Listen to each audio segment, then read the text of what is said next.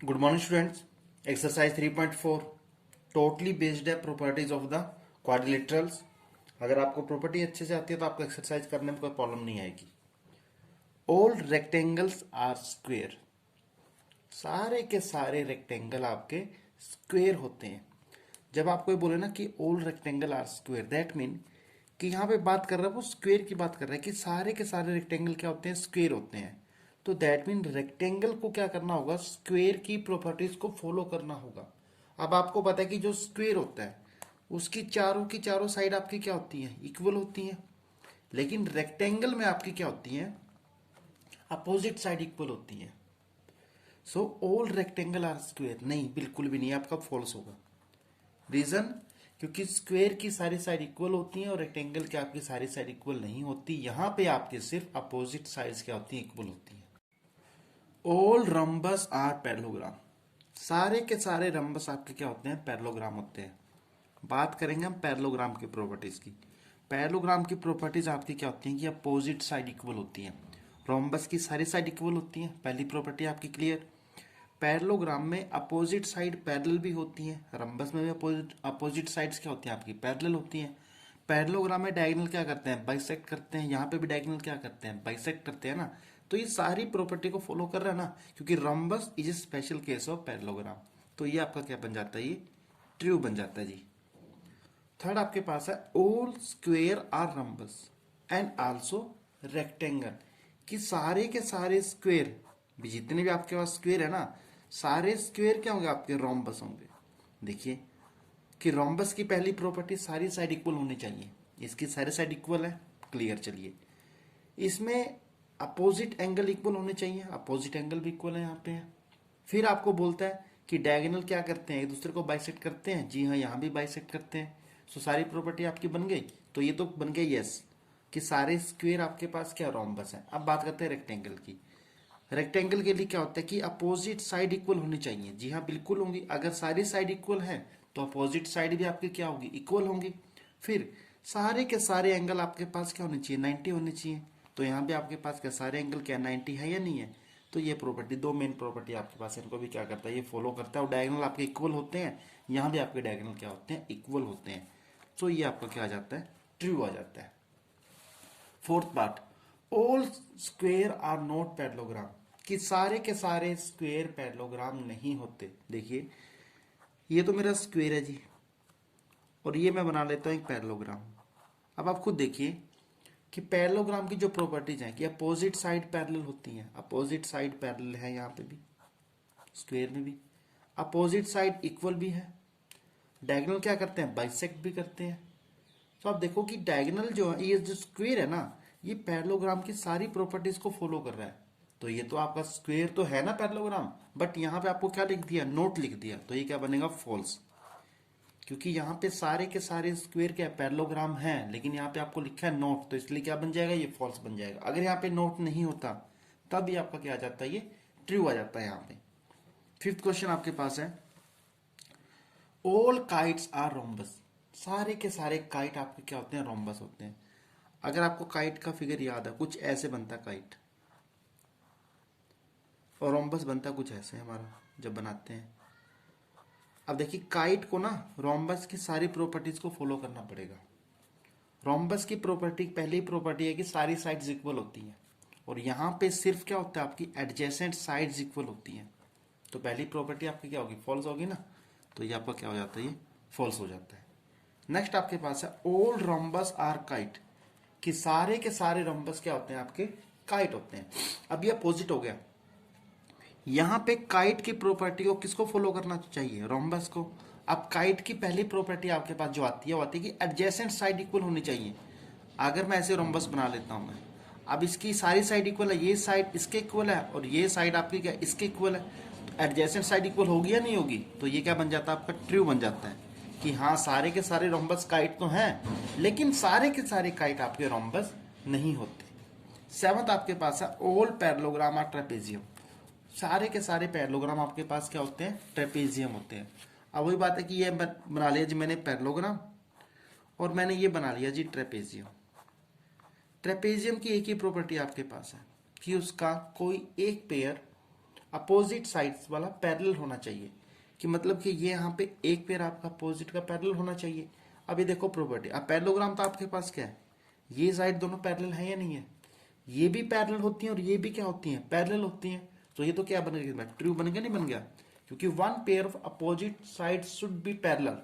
But यहाँ तो दो पेयर है ना, हमें तो क्या चाहिए, एक चाहिए, इसलिए क्या बन गया, ये ट्रू बन जाता है। ऑल स्क्वेयर आर ट्रेपेजियम, कि सारे के सारे आपके स्क्वेयर क्या होते हैं, ट्रेपेजियम होते हैं। सेम क्वेश्चन है जी, देखो ये बना दिया स्क्वेयर, ये बना दिया मैंने जी ट्रेपेजियम। यहाँ पे वही केस कि one pair of opposite side should be parallel, जी हाँ यहाँ तो बिल्कुल होता है जी, तो ये भी आपका क्या होता है, ट्रू होता है आपका ये। Question number 2, identify all quadrilateral that have four sides of equal length. आपकी चारों की चारों साइड आपकी क्या होनी चाहिए, इक्वल लेंथ की होनी चाहिए। तो मेरे पास ऐसे सिर्फ दो ही क्वाड्रिलेटरल है। पहला आपके पास क्या है, स्क्वेयर, दूसरा आपके पास क्या है, रोम्बस आपके पास है। तो ये इसका आंसर आएगा। सेकंड पार्ट इसका बोलता है फोर राइट एंगल्स। तो आपको पता है कि फोर राइट एंगल्स, यहां भी आपके पास दो ही फिगर होंगे कि जहां पे सारे के सारे एंगल आपके क्या होते हैं, 90 डिग्री होते हैं। फर्स्ट तो अगेन आपके पास क्या है, स्क्वेयर है, और सेकंड आपके पास क्या है, ये होता है आपके पास रेक्टेंगल, क्योंकि रेक्टेंगल के भी सारे के सारे एंगल क्या होते हैं, 90 डिग्री के होते हैं आपके। Explain how a square is quadrilateral. Quadrilateral is a close figure having four sides.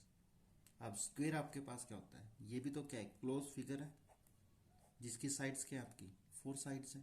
तो ये क्या बनता है आपका, क्वाड्रिलेटरल बनेगा नहीं बनेगा। सेकंड आपके पास आए पैरेललोग्राम, कि स्क्वेयर जो है ना एक पैरेललोग्राम कैसे हो गया। तो अगर मैं ये पैरेललोग्राम बना देता हूँ, पैरेललोग्राम की अपोजिट साइड क्या होती है, इक्वल होती है। स्क्वेयर की सारी साइड इक्वल होती है, दैट मीन आपकी अपोजिट साइड भी क्या होगी, साथ में इक्वल हो जाती है। पैरेललोग्राम की अपोजिट साइड पैरेलल होती है, तो इसकी अपोजिट साइड भी आपकी क्या होती है, पैरेलल होती है। फिर अपोजिट एंगल इक्वल होते हैं, यहाँ भी स्क्वायर में अपोजिट एंगल आपके क्या होते हैं, इक्वल होते हैं। तो इसलिए आपका स्क्वायर क्या होता है, पैरेललोग्राम होता है। फिर आपको बोलता है रोम्बस। अब रोम्बस की प्रॉपर्टी आपके पास क्या है, कि रोम्बस की पहली प्रॉपर्टी आपके पास है कि सारी साइड इसकी इक्वल होती हैं। स्क्वायर की भी सारी साइड्स क्या होती है आपकी, इक्वल होती है। तो इसलिए क्या बन गया, ये रोम्बस बन गया। और उसके बाद क्या होता है, इसके जो डायगोनल होते हैं रोम्बस के, वो एक दूसरे को 90 डिग्री पे क्या करते हैं, बाइसेक्ट करते हैं। और स्क्वायर के डायगोनल भी तो कितने बाइसेक्ट करते हैं, 90 पे तो बाइसेक्ट करते हैं। तो इसलिए स्क्वायर आपका क्या बन जाता है, एक रोम्बस बन जाता है। मैंने आपको बार बार ये बोलता हूं कि रोम्बस को, स्क्वायर को रोम्बस की प्रॉपर्टीज को फॉलो करना पड़ेगा, क्योंकि यहाँ पे आपको ये बताना है कि स्क्वायर रोम्बस कैसे है, यहाँ की ये कि रोम्बस स्क्वायर कैसे है। सो रोम्बस की दो प्रॉपर्टी आपके पास, सारी साइड इक्वल, सारी साइड इक्वल। डायगोनल 90 पे करते हैं, ये भी किस पे करता है, 90 पे करते हैं बाइसेक्ट। स्क्वायर में भी तो इसलिए बन जाता है ये। फिर आ रेक्टेंगल। रेक्टेंगल में आपके पास क्या होता है कि रेक्टेंगल की अपोजिट साइड इक्वल होती है, जी हाँ बिल्कुल, स्क्वायर में सारी साइड इक्वल है। और फिर बोलता है कि सारे के सारे एंगल आपके क्या है, 90 डिग्री है। स्क्वायर के सारे एंगल भी तो क्या है, 90 डिग्री आपके पास है। तो इसलिए स्क्वायर आपके पास क्या बन जाता है, रेक्टेंगल बन जाता है। Question number 4, name the quadrilateral whose diagonal bisect each other, कि जिसके डायगोनल एक दूसरे को क्या करते हैं, बाइसेक्ट करते हैं। बाइसेक्ट का मतलब समझिए आप, कि मेरे पास एक ये क्वाड्रिलेटरल है, four sided, then this is my first diagonal and this is my second diagonal. अब ये जो सेकंड डायगोनल है, ये फर्स्ट वाले को दो इक्वल पार्ट्स में डिवाइड करता है, और ये फर्स्ट वाला क्या है, इस सेकंड वाले को भी दो इक्वल पार्ट्स में क्या करता है, डिवाइड करता है। तो इसको बोलते हैं बाइसेक्शन।